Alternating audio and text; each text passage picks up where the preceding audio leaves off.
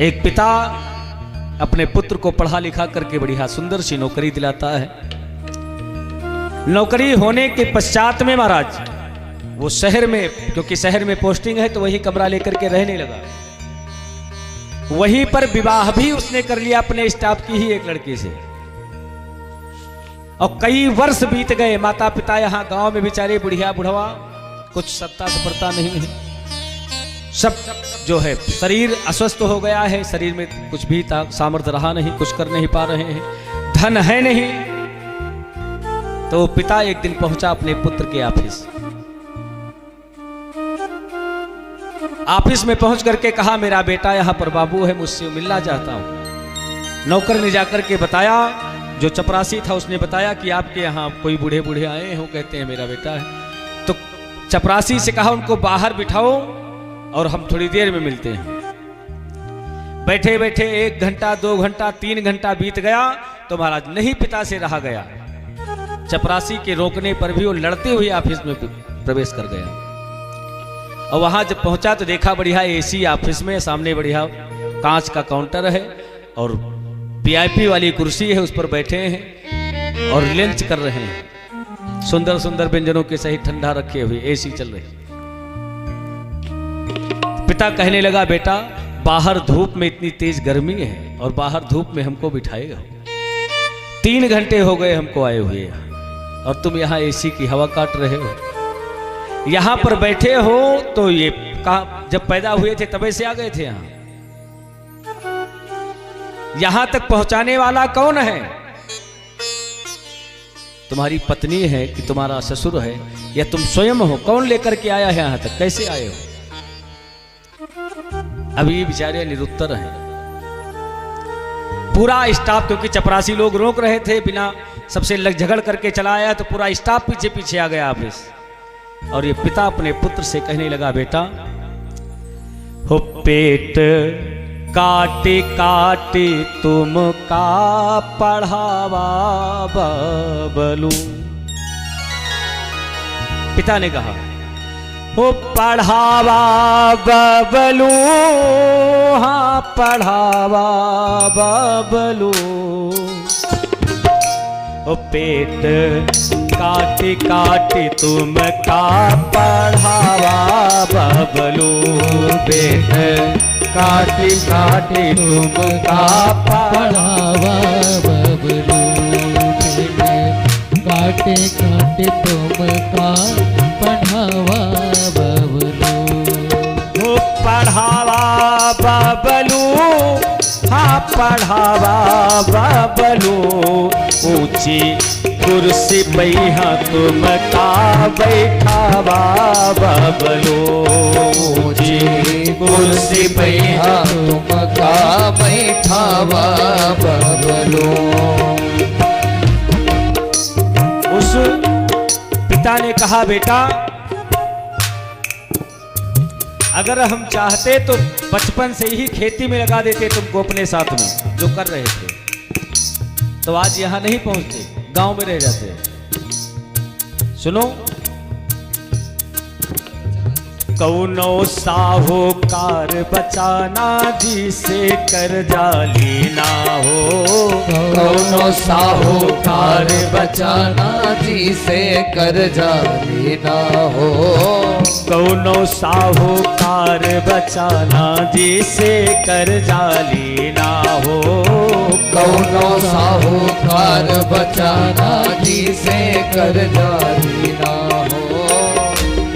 पिता ने कहा, कोई बचा नहीं जिससे कर्जा ना लिया हो तुम्हारी पढ़ाई में।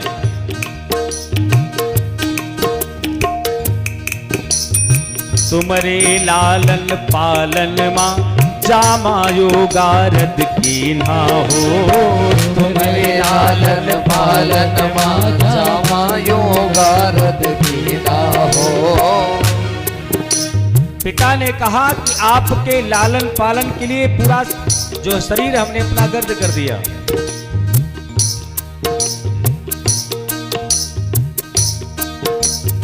चिथरा गुदरा में हाँ पन जामा गारद की ना हो। चिथरा गुदरा मैयापन जामा गारद की ना हो चिथरा। और पिता कहता है बेटा अरे कोट पैंट तुम का बेटवा पहरावा बबलू। कहा हम पूरा जीवन एक धोती में, फटी धोती में और फटे कुर्ते में अपना बिता दिए हैं, और विद्यालय के जितने बच्चे हैं सब नया कोट पैंट पहन करके आते थे, इसलिए अपना सिर्फ फटी धोती फटे कुर्ता में जीवन व्यतीत किए और तुमको नया कोट पैंट पहनाया हमने कर्जा लेकर के। अरे कोट पैंट तुम का बेटवा पहिरावा बबलू। पेट काटी काटी तुम का बढ़ावा बबलू। पेट काटी काटी तुम का पढ़ावा बबलू।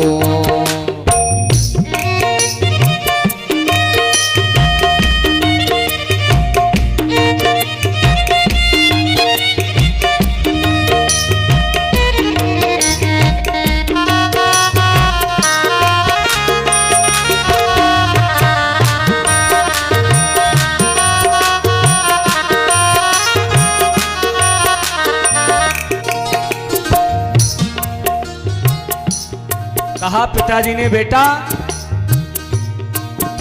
अरे तुम्हारी फीस भरे माँ मिट गए पुरखन के कमाई हो।